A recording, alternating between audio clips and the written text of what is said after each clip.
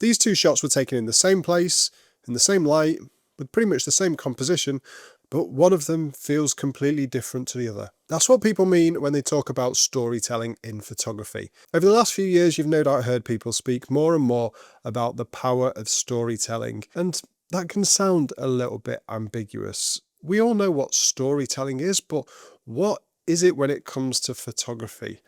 Oh yeah, my images tell a wonderful story. To some people, that may mean absolutely nothing. And I'm not surprised, because what's storytelling got to do with pointing a camera at something and pressing a button? Well, I'm going to tell you, and I'm going to tell you how you can include it in your photography as well. So firstly, storytelling in photography isn't about a literal story with a start, a middle, and an end.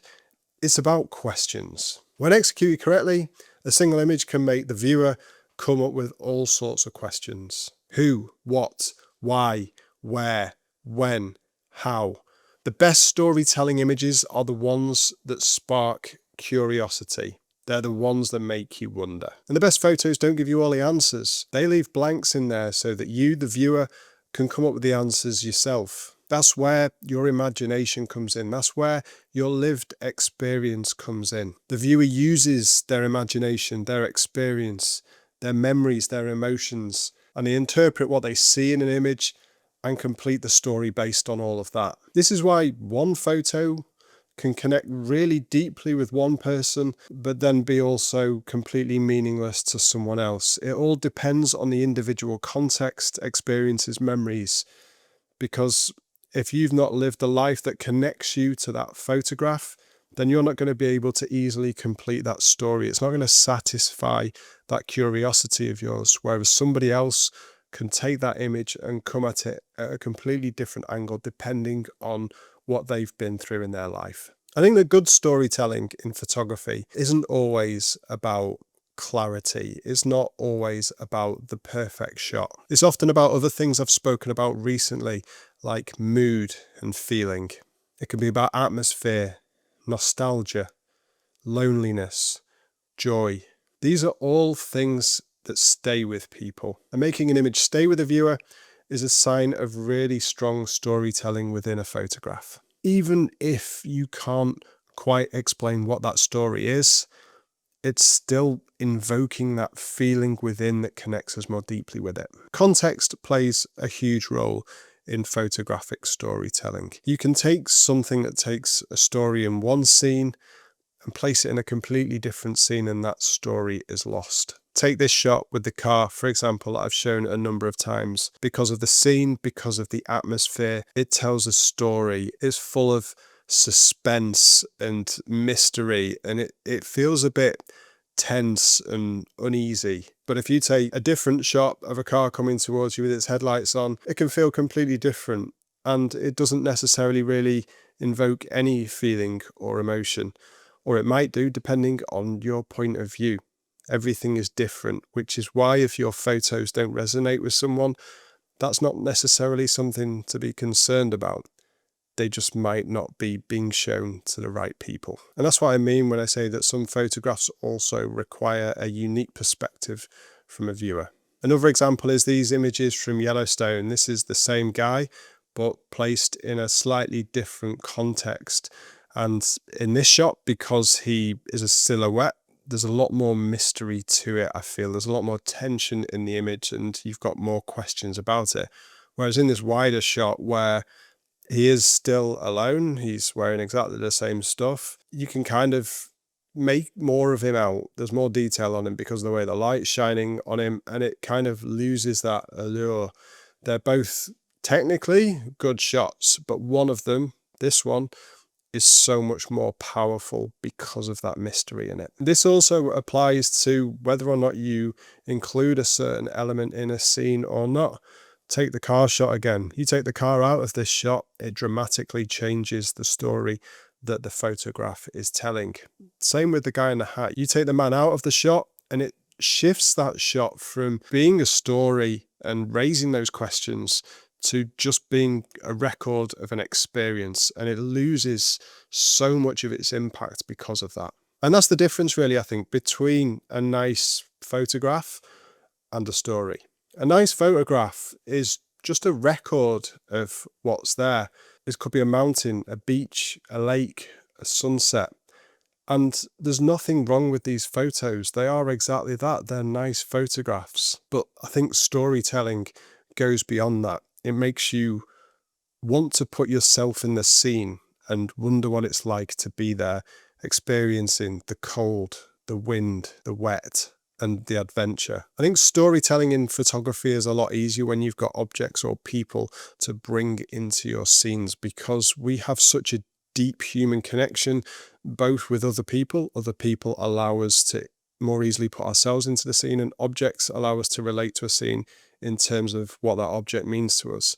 When you look at landscape photography as a genre, I think this can become more difficult. And I think landscapes are one of the hardest things to tell stories through.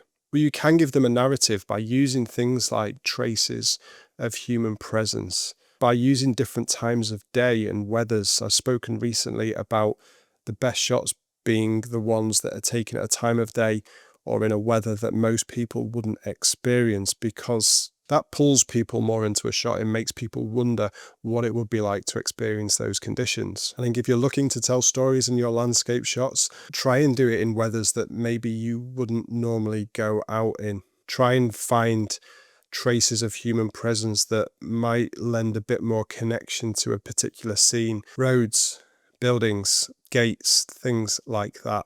Just having a hint that someone was there is often enough to imply that story, that to develop that connection between viewer and image. There is also a difference between storytelling through one image and storytelling through a series of images. When photographers use a series of images, that often gives them a lot more leeway to tell a full story of something that's going on.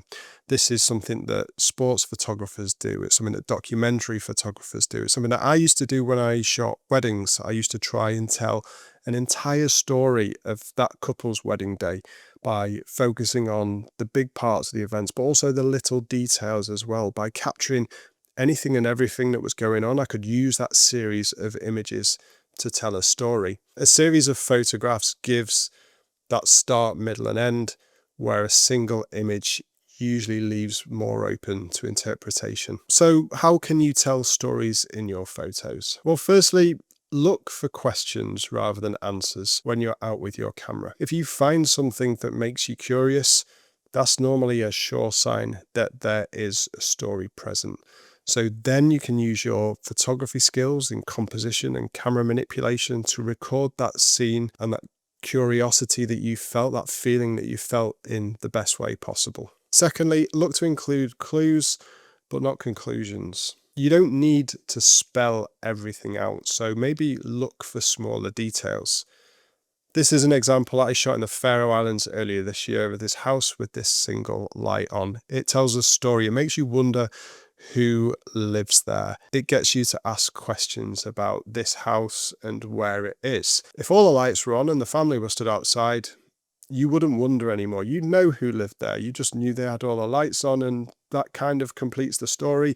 It makes the image a lot less compelling. So look for little details like that, whether it be a milk carton on a table or a single person in a vast place. These small elements can have such an impact as far as your photographic storytelling goes. The next one is to use emotion and atmosphere, and I talked about this quite a lot in a video linked here about making cinematic photographs. The use of light, the use of different weather types, and even how you edit your images will all influence how that story is told. You can use things like editing to enhance the mood that you're already trying to create. If you're trying to create a joyful mood, then maybe you'll lean into more of a saturated image to enhance those kind of joyful feeling colours. If you're looking to invoke a darker, more mysterious mood, then you'll probably darken the image and make it a little bit more mysterious as a result. Fourth one is to focus on moments in between. I've spoken about this a lot recently because this is my favourite way to shoot, is capturing those little moments in between the big trips and the photographic outings. And it's something that really comes from having a camera with you all the time. And it just makes you aware of what's going on in the world around you And you can use this as such a huge advantage to become a better photographic storyteller. Things I was spoken about, like the bus stops, that make you wonder about the way of life that people live in these different places, like who gets on these buses, who waits in these bus stops for the buses to come. And then just little quiet, unexplored places, ordinary moments that are present here, there, and everywhere that can still bring so much kind of curiosity and intrigue into your photographs. These are all little stories of real life that are happening all around us in the background, no matter where we go. There is such a big opportunity here. The fifth one is to celebrate the mundane. You don't need to look for epic scenes to be a good storyteller when it comes to photography. I think a perfect example of this is a series of photos I've been shooting this year about lost traffic cones. We all know what traffic cones are. We all know where they're supposed to be, but I quite like capturing them placed in unusual or curious places. To me, these photos, although they're of something ordinary, make me wonder, how did that get there? What happened? This curiosity is the storytelling.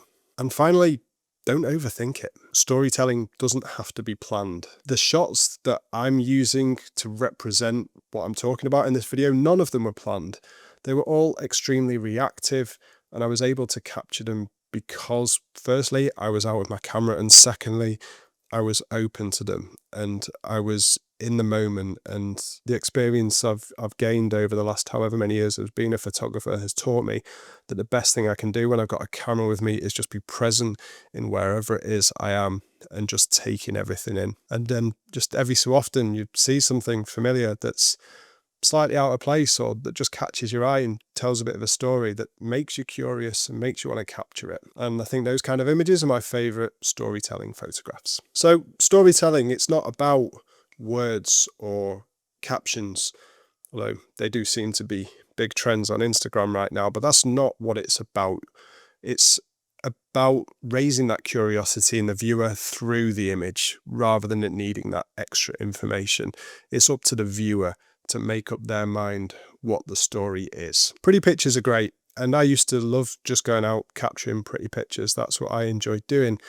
But as I've lent into storytelling in my photography, that creates a feeling, and it's mainly a feeling in me. It's mainly what I get from these images, but it creates a feeling that lasts so much longer than the nice looking images I used to shoot. These photos of the house and the car and the man and the milk carton and the bike, these are my favourite personal images, and it's all because of that strong storytelling element. I think the main thing this has taught me is that a good photo makes you look and grabs your attention, but a great photo is one that makes you wonder. Thanks for watching, appreciate it as always. If you like this, check out my video on making cinematic images right here.